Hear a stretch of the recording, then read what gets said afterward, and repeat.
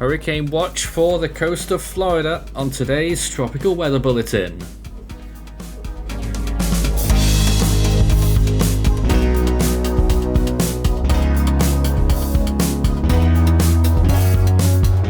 And now the latest around the wide world of tropics.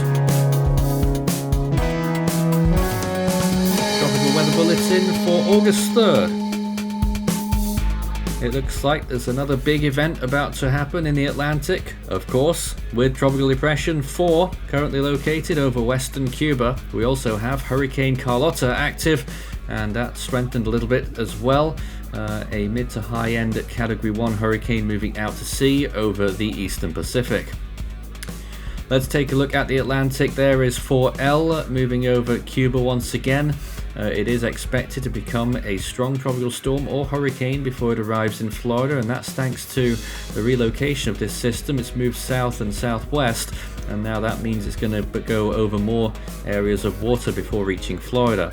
Eastern Pacific is a giant mess. Apart from Hurricane Carlotta, we've got 3 other areas of interest, and we really don't know which one's going to form now, if any. But all of them have a moderate chance of development there on day 81 of hurricane season. In the Western Pacific, we're still looking at this 20% chance that's scooting up off to the north of the Northern Mariana Islands and will eventually pass east of the Japanese islands, moving in a generally north or slightly north-northeast direction. In the Indian Ocean, whilst there is a land depression that's inland and looks like a tropical cyclone all on its own, to be honest, there's no other areas of interest to look at right now. Quiet over the actual ocean in the 2 sub-basins there of the Northern Indian Ocean. And in the Southwest Indian Ocean, things are looking pretty quiet here. There's a few little areas of disturbed weather east and west, some of it over the Seychelles and some of it close to the Cocos Keeling Islands. So let's take a look at the big feature right now, and that's Hurricane Carlotta, which is continuing westwards. Wind speeds 85 miles per hour right now. It's 497 kilometers west of Isla Clarion, 1544 from San Diego, 3707 from Hawaii, 4004 from Honolulu, and 4158 from Kauai. Very long way from any of those locations now.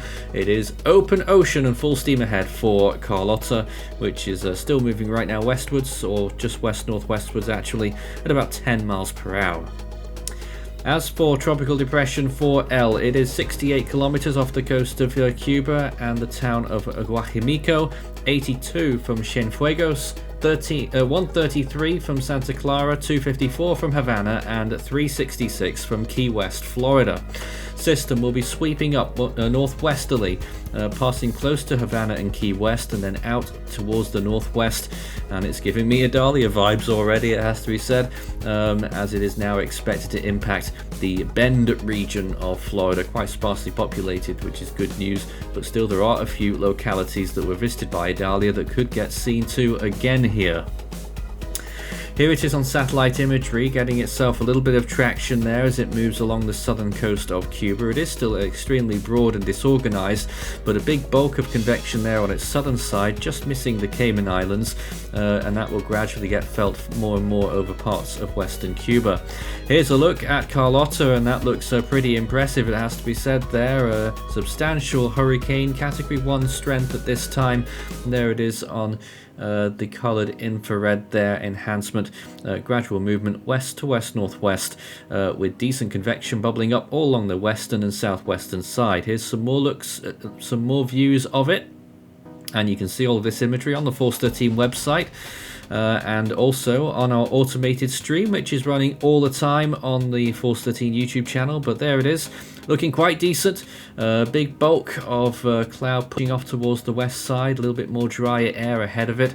It is going to start on a gradual weakening trend probably tomorrow, and then that will continue for the rest of the storm's duration. By the time we get to day 5, it should probably be a tropical depression or remnant low. So here we are once again with 4L. It is expected to strengthen into a tropical storm as it passes the Keys tomorrow, and then up towards the coast of Florida, where we have a hurricane watch in effect now, and tropical storm warnings also further south, including the Tampa Bay area, I think, and the landfall is expected to occur probably on Sunday. But of course, tropical storm force winds will be felt up the coast all weekend, and we are likely to be running extensive live coverage on that.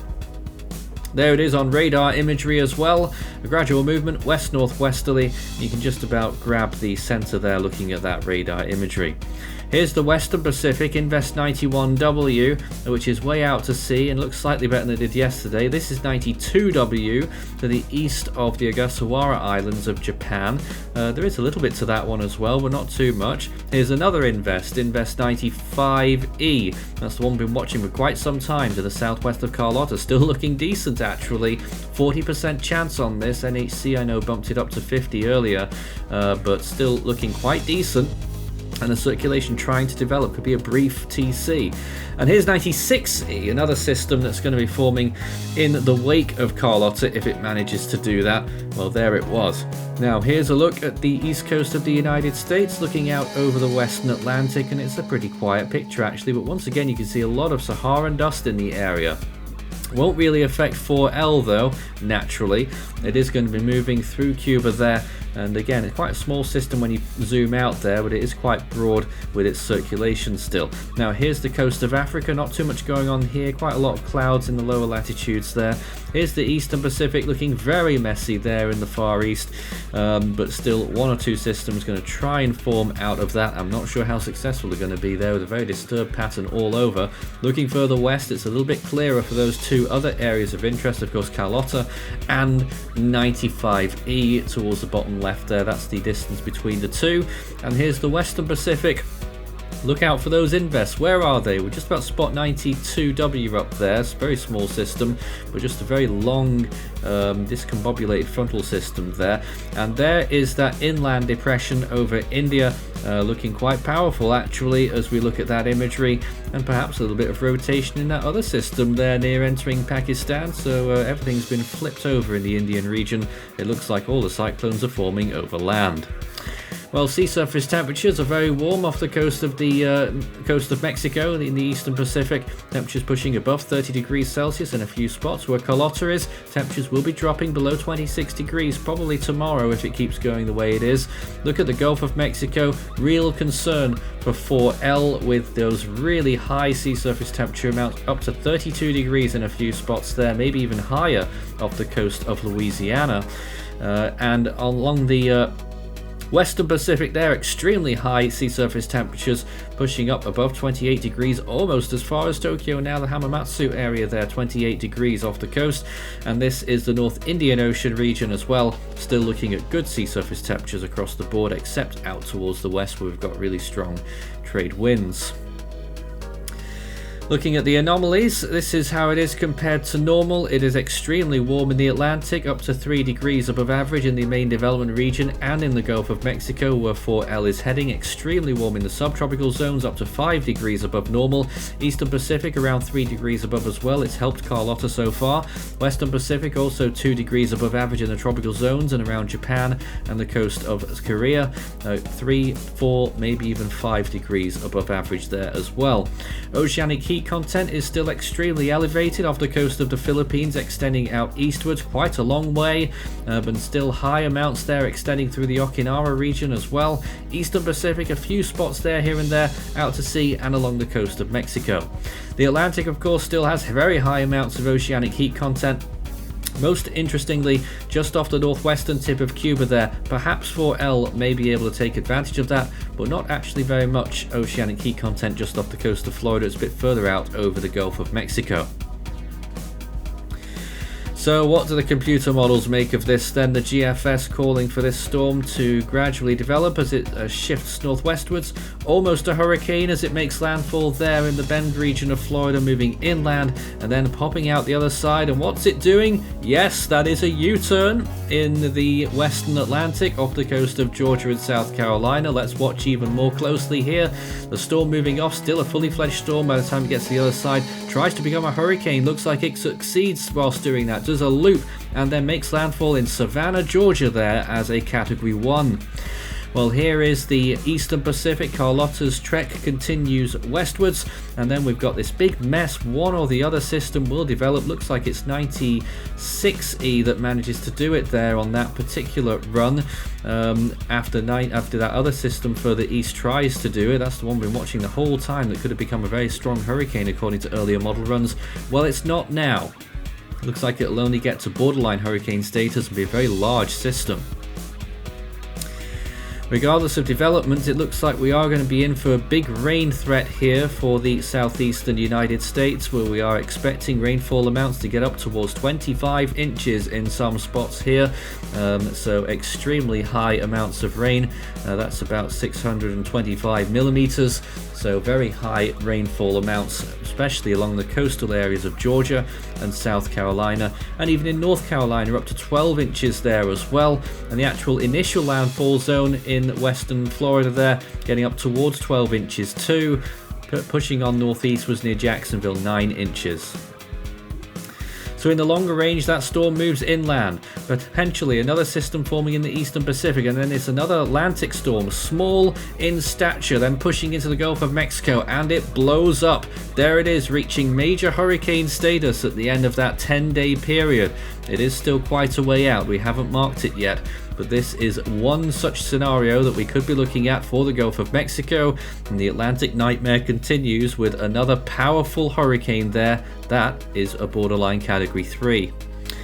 Continuing with the Eastern Pacific, this large system now takes center stage, continuing west or west-northwestwards, and actually survives for quite a lot longer than Carlotta does. It doesn't get to Hawaii, it starts to peel off towards the west-northwest or northwest towards the end of there, still pushing close to hurricane status towards the end of that 10-day period as well as it does so. Weakens at first and then tries to strengthen again, I think, at the end of it there. Scan the barcode and that will take you through to the Force 13 merch store, where you can take a look at all of our products as well as our full season and individual storm animations on request. And whilst we've seen a lot of activity there's no sign of Hone in the Central Pacific, so you can still get our t-shirts, still waiting for Hone. Okay, in the Scilly range then, it is still a very long way out, but there it is, a massive hurricane smacking into the coast of Texas, moving full on straight through Houston as a Category 1 or 2. Landfall strength is probably Category 2, and then it dies off very quickly as it moves inland. So Beryl once again, but perhaps an even stronger storm than that actually, making landfall in the Houston area and then moving up inland into Texas, the rest of Texas and Arkansas. Wow. Elsewhere in that same period, that system continues there, moving northwesterly. Looks like it might still be tropical, and it does have a second wind as it continues northwestwards there. Quite unusual to see storms do this, but there it is, moving off way into the upper latitudes. Finally gives up the ghost. It must be about 40 degrees north there when it does that. It has happened before, once or twice, so who knows, that may be a reasonable expectation. Well, that would be a turn up for the books this year if that does happen. Of course, out to sea, not affecting anyone.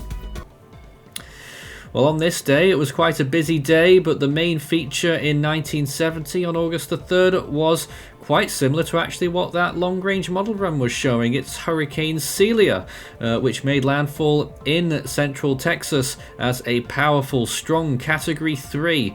Some suggestions even that it may have been a Category 4 at landfall as well, and then it pushed northwestward into Texas, a very damaging storm even though it was rather small. We also had tons of other things active. Tropical Depression Joyce in the Eastern Pacific, 5L off Africa over Cape Verde, 26W moving into China. Might seem a bit odd because that designation was given to it later. 7W out at sea, and Therese moving northwards towards some of those upper islands as well.